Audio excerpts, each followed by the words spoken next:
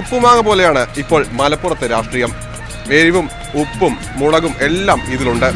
മലപ്പുറത്തെ ജനതയ്ക്ക് എന്താണ് ഈ തെരഞ്ഞെടുപ്പ് പ്രചാരണങ്ങളെക്കുറിച്ച് പറയാനുള്ളത്? നമുക്ക് നോക്കാം.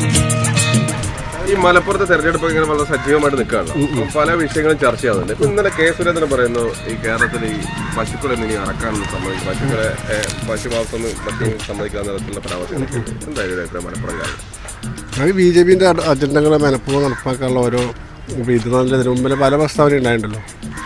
ആ രീതിയാക്കുക. അങ്ങനെയുള്ള ഈ പ്രസ്താവനയല്ല, അതിനോടൊക്കെ ജനങ്ങൾ നല്ല രീതിയിൽ പ്രതികരിക്കുന്നുണ്ട്.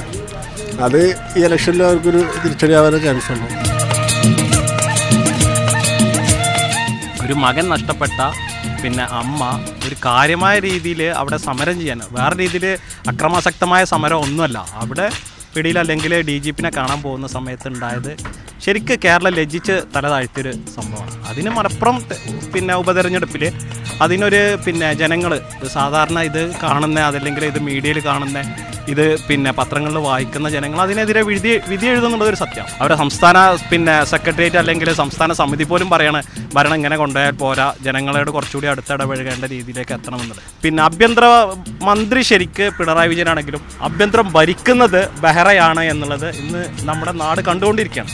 അതിനൊരു ഇത് എന്തായാലും ഉണ്ടാവും എന്നുള്ളതാണ്, ഈ ഒരു തെരഞ്ഞെടുപ്പിൽ ഉണ്ടാവും എന്നുള്ളതാണ് നമ്മളുടെ ഒരു പ്രശ്നം. പോലീസിന്റെ മുകളിൽ നിയന്ത്രണം ഇല്ലേ ശരിക്കും ഈ നമ്മുടെ ആഭ്യന്തര വകുപ്പിനൊന്നും?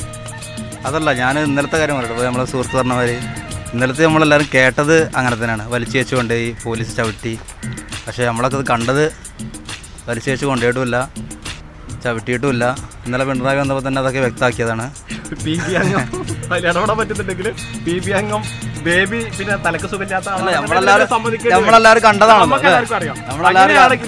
പോളിറ്റ് ബ്യൂറോ അംഗം ബേബി തലക്ക് സുഖമില്ലാത്ത ആളാണെന്നുള്ളത് CPM പ്രവർത്തകർ സമ്മതിക്കുന്നു എന്നുള്ളത്. ഇത് പല ആൾക്കാരും ചിലപ്പോൾ ഇത് കണ്ടിട്ടുണ്ടാവില്ല, ഇതാരും പലരും കണ്ടിട്ടുണ്ടാവില്ല. ഞാൻ കണ്ടതാണ്. ഞാൻ കണ്ടതിൽ ചവിട്ടുന്നത് കണ്ടിട്ടില്ല, വലിച്ചേച്ച് കൊണ്ടുപോകണം കണ്ടിട്ടില്ല. അറസ്റ്റ് ചെയ്ത് നോക്കി, അതിന് മുമ്പേ കാര്യങ്ങളൊക്കെ ധരിപ്പിച്ചിരുന്നു. സർക്കാരിനെ കുറിച്ച് പ്രത്യേകിച്ച് എന്തോ പറയാനുള്ളത്? സർക്കാരിനെ കുറിച്ച് എല്ലാവർക്കും അറിയാമല്ലോ. പ്രത്യേകിച്ചൊന്നും പറയാനില്ല. 9 മാസം കൊണ്ട് എന്തൊക്കെയാണ് കാട്ടിക്കൂട്ടുന്നത് സർക്കാർ എല്ലാവർക്കും നല്ല രീതിയിൽ അറിയാം. അപ്പൊ എന്താണ് ഇപ്പൊ മലപ്പുറത്തെ പ്രചാരണമൊക്കെ എങ്ങനെ നടക്കുന്നുണ്ട്? ഇവിടെ വളരെ അതിഗംഭീരമായിട്ട് ഇരുഭാഗത്തിന്റെ നല്ല ഗംഭീരമായിട്ടുള്ള പ്രചരണം നടക്കുന്നുണ്ട്. മലപ്പുറംകാർക്ക് ബീഫ് ലഭ്യമാക്കുമെന്നൊക്കെ പറഞ്ഞിട്ട് BJP സ്ഥാനാർത്ഥി പറയുന്നു. അല്ലാതെ തന്നെ ഇവിടെ ധാരാളം ബീഫ് കിട്ടുന്നുണ്ട്. ഇവിടെ ബീഫ് നിരോധനം ഇല്ലല്ലോ, പിന്നെ BJPക്കാർ വേണം. നമ്മളിപ്പോൾ എന്ത് ധരിക്കണം, എന്ത് കഴിക്കണം എന്നൊക്കെ ഒരു BJP സർക്കാർ അവർ പറയുന്നുണ്ട്. അതൊന്നും ഇവിടെ മലപ്പുറത്തോ ഇവിടെ ഒരു നിലക്കുമ്പോൾ നടക്കില്ല. ഇപ്പോൾ പശുവിനെ ഇറക്കാൻ പറ്റില്ല. ഇപ്പോൾ അവർ ഓഫർ ചെയ്യണത് ബീഫ് കൊടുക്കും, അതൊക്കെയാണ് പറഞ്ഞത്. അല്ലെങ്കിൽ ഇവിടെ മലപ്പുറക്കാർക്ക് BJP ജയിക്കുന്നതാണ് ഇവിടെ ബീഫ് കഴിക്കണം എന്നുണ്ടെങ്കിൽ. BJP കേന്ദ്രം ഭരിച്ചുകൊണ്ട് നിൽക്കുകയാണ്. അപ്പോൾ അവർക്ക് ചെയ്ത കാര്യമുള്ളൂ എന്നുള്ള തോന്നലുള്ള ഒരുപാട് ഹിന്ദുക്കളുണ്ട്. കാരണം ഇവർക്ക് നല്ലൊരു പിടുത്തമുണ്ടല്ലോ.